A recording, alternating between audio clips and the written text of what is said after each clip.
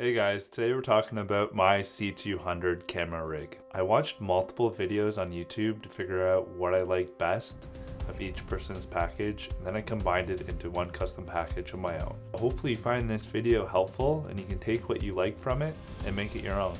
We'll start with the front of the camera. On the front of the camera, I have the Sigma 24-70 f2.8 lens. I chose this lens over the Canon version.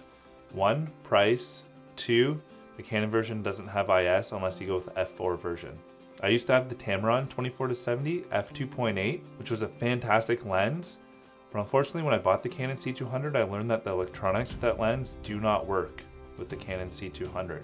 So that's something to keep in mind. And on the front of my Sigma lens, I have a Tiffin Pro Mist 1/8 filter, which is a really nice way to take the digital edge off your image. Alright, so on the top of the camera, we have the small rig base plate, which is actually made for the Canon C200. And then on top of that, we have the top metal handle with the Allen key. I like having the Allen key that's attached by a magnet onto the handle. So if you're ever out on shoot and you need to tighten something up, it does come in handy. Now when looking into top handles, some of the reviews said that this handle was a little slippery, which I can see why they said that, but honestly the Canon C200 weighs a lot. If you have a firm grip on it, there's no reason why it shouldn't slip out of your hands. Personally, I've never had any issues with this, so I mean it's a personal preference. Next I have the small rig monitor mount, which is awesome. The monitor can go up and down, it can also twist around if you want to film yourself. And then for the monitor itself, I have the Small HD Focus 7. I got this monitor because I had the Focus 5 and I really liked it, and the Focus 7 is on sale and it's still on sale right now if you go on their website for a couple $100s off.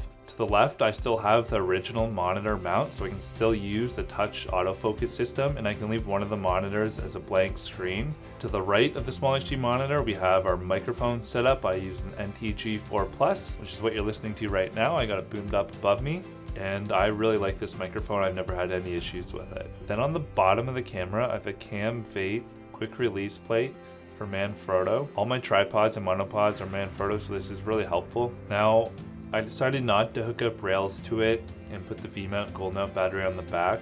Although this would be helpful, I already invested a lot of money into the original Canon batteries, but if you haven't already invested in the Canon batteries, I recommend you go with this system. It'll end up costing you about the same, and honestly, it's a better setup. So because I don't have a gold or V-mount battery on the back of my setup, it is a little top heavy. So when I first put it together, I didn't like this, but over time I realized it's really not that big of a deal and it doesn't affect the way I shoot. In the future, I might invest in the gold mount system, but it's still an extra $1,000 and I'd rather put that $1,000 elsewhere. So yeah, that's the end of the video. You know, take what you like. If you didn't like anything, don't take anything, but hopefully you found something and this was helpful, and I'll see you guys in the next video. Thanks for watching. Bye.